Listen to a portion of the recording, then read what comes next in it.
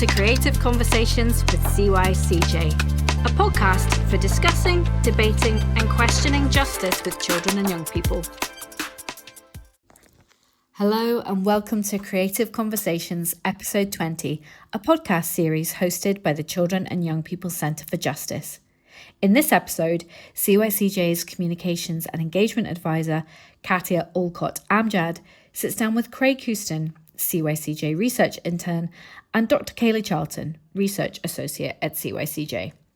Craig is a PhD candidate at the University of Glasgow, where he is currently exploring the meaning of and how places impact feelings of social connectivity for care-experienced children and young people in Scotland.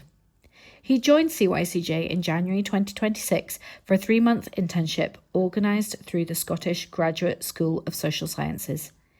Kayleigh is a research associate and joined CYCJ on the Nuffield-funded project Challenging Justice Inequalities, co-producing change with children in conflict with the law. The project aims to explore how intersecting inequalities affect children's experiences of injustice. Kayleigh completed her PhD at the University of Bath, titled The Imaginary Queer Prison, The Possibilities and Limitations of Queering the Prison.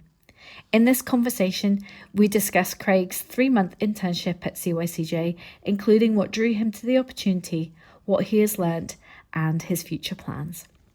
So Craig, thank you so much for joining us for this episode of Creative Conversations. Can you kick us off by telling us a little bit about your internship at CYCJ and what attracted you to this position? Absolutely. So I started here at the beginning of January, looking at school exclusions and the link to antisocial behaviour.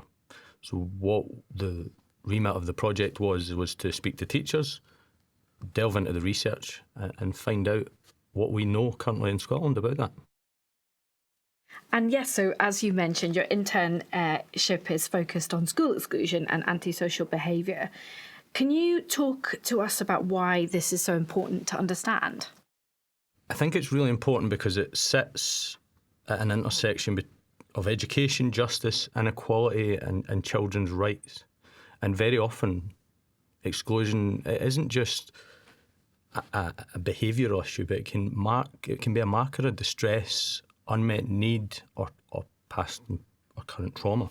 And we know that school exclusion increases the likelihood of poorer life outcomes, potential justice involvement in the future. However, what we also know is that teachers are reporting, whilst exclusions are going down in Scotland, which is great, teachers are reporting increased levels of behavioural disruption in school, and the Improving Relationships and Behaviours in School report by the Scottish Government suggests that the educational environment has become more complex, particularly since the return to school from COVID. And when we take all that together, we are looking at young people who have potentially unmet needs in a more complex environment, that the response to that doesn't just have an impact on that child's behaviour now, it impacts the life trajectory. So I think it's really important that we have a complete and full understanding of what that looks like. National guidance suggests currently that school exclusion should be a last resort. What kind of challenges might schools have dealing with that or implementing that? So in Scotland, we've got a strong policy framework that is recognised, but teachers are reporting that the gap between that inclusion policy and the available resources to enact these policies is widening. And that's becoming concerning because teachers told us in the interviews that we did with them that larger class sizes leads to an increase in complexity of need within a classroom, which then means that teachers aren't necessarily able to build those relationships and meet those needs of the individual. And where there is a need identified, that the access to crucial supports out with schools or in partnership with schools is lessening. So that then increases the threshold for support.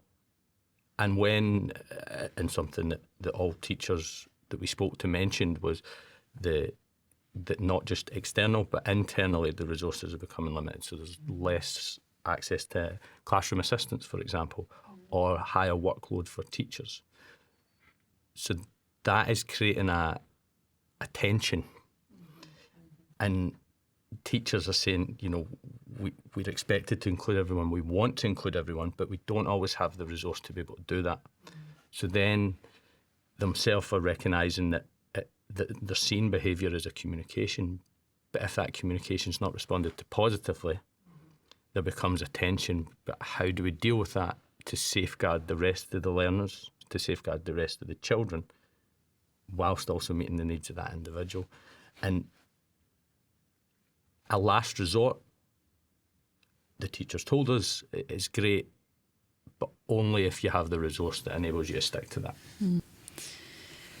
Okay, and so part of your project was speaking to teachers, and then the other part was reviewing existing literature and research on the links between school exclusion and antisocial behaviour. What were the kind of key things that were coming up in that literature? The biggest thing is that it's not a linear path, that the relationship's complex between antisocial behaviour and school exclusion. And exclusion doesn't automatically cause antisocial behaviour. It may. But what the literature was clear on is that it weakens school attachment, that it increases unsupervised time, and it increases access to peer networks that may also be facing exclusion.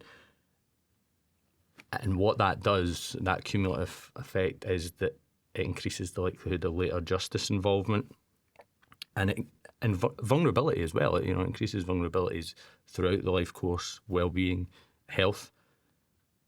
But the research also mentioned that behaviour, antisocial behaviour, can also reflect neurodiversity, trauma, unmet needs, poverty, mental health challenges. And within that literature, which matches what the teachers told us, is that repeatedly is proven that behaviour is a communication. Now, I would say that the literature out there is limited, and we would like to see more of that, but it was consistent across. And there was some positive research around the promising impacts of early school interventions, particularly when they were relationship focused and done within the school context and out with the school context. So not only supporting young people in the isolated school environment, but their whole world. And one of the biggest take homes from the literature we read is that exclusion is often an impact of layered disadvantage, not the root cause of antisocial behaviour. So you've talked there about those layers of disadvantage. So does that then help give a picture of who teachers might see as being more at risk of exclusion later down the line? Does that kind of help them with their thinking and planning? This was really interesting because we've got the national statistics in Scotland which says here who's been excluded, here's a bit about the demographic of those young people. And as much as the exclusion rates have reduced, if you look across the 20-year period, there are some structural patterns that are consistent over time. Boys be more likely to be excluded, young people from deprived SMD quantiles more likely to be, those with additional support needs identified as additional support needs account for 3/4 of the school exclusions, over 3/4. And that was reflecting a lot of what the teachers said. However, I think it's really, really important to mention a consistent theme that came across interviews with the teachers was, yes, you can identify groups that perhaps are more at risk of exclusion, but it's the individual impact it has. And the individual need of the young person is specific to them. So yes, these can guide our discussions, and it can support the look, the broader look. If we think of a policy, we can look at that from a broader picture. But from the teacher's perspective, they're dealing with an individual with individual needs, regardless of their background. And something that they also identified is that the in-class risk of, if class sizes are getting bigger and they are not able to spend the appropriate amount of time to meet that needs, that becomes an immediate risk to children being bored, children acting out because their needs aren't being met, and disconnection with the curriculum at hand. But and this was something that mirrored in the literature, but the school response can either mitigate or amplify some of those broader structural risks that we see. Mm-hmm. So could you tell us a little bit more about the school response? So what kind of interventions or kind of inclusion policies feel the most promising to go down that mitigation route? There was really clear themes came out. Relational practice. So where the school had positive relationships with the young people, wasn't just on the teacher-pupil. Perhaps if there's programs where external providers are coming in to do sport or extracurricular activities, where there was a relationship with the coach or just a relationship was critical. And teachers did tell us that where the child trusts you and thinks that you have their back, they're more likely to respond to measures that are put in place, boundaries that are put in place across the school. Early intervention was key in terms of the research is telling us that if we get in there early and we identify the behaviours of young people that may suggest that if their needs aren't met, they're more likely to escalate. So getting in early is really, really important, because we know from the statistics, the sort of key points, different across genders, but where children are more likely to be excluded, developmental points throughout life. Trauma-informed approaches, so the language that's been used in schools, how young people have been responded to when there is a behavioural issue, really, really critical. And teachers, again, themselves spoke a lot about the real creative ways that they're within school finding ways to navigate this. Things like specific nurture-basis sensory rooms, music, activities within school, getting the children embedded and engaged within the upkeep of the school and making decisions about what the school looks like. And the other thing was structural supports. Now, this was spoken about less within the interviews, came through in the literature, but was still where spoken about, particularly with some of the more senior members of the school. Things like, how do we support the family? So how do we support the child when the child leaves, if the child's not from a stable home environment or has some challenges or a bereavement going on? What can we do? So things like engaging third sector partnerships, engaging with the services that may be supporting the family, getting the parents or the caregivers into the school, really, really important in building those bonds and trust. And lastly, a whole school ethos, something that came through actually more from the teachers than we've seen in the literature. But this works whereby there's layers of support within the school context. If a specific teacher's taking a relational approach, is providing early intervention, is being creative in terms of how they meet children's needs, but the rest of the school aren't, it becomes really difficult to maintain. So having that whole school approach, whole school ethos was identified by the teachers themselves as being critical. I mean, I think it's been such a great project to be involved in, and I suppose from like a research point of view, if you had unlimited funding or if you could do the next thing, what would that look like? Where would you want to take this type of work? Based in, I would say that investing in early intervention, funding nature and relational bases, there was some absolutely inspiring examples within schools of ways that they were getting creative to engage young people and keep them within the curriculum.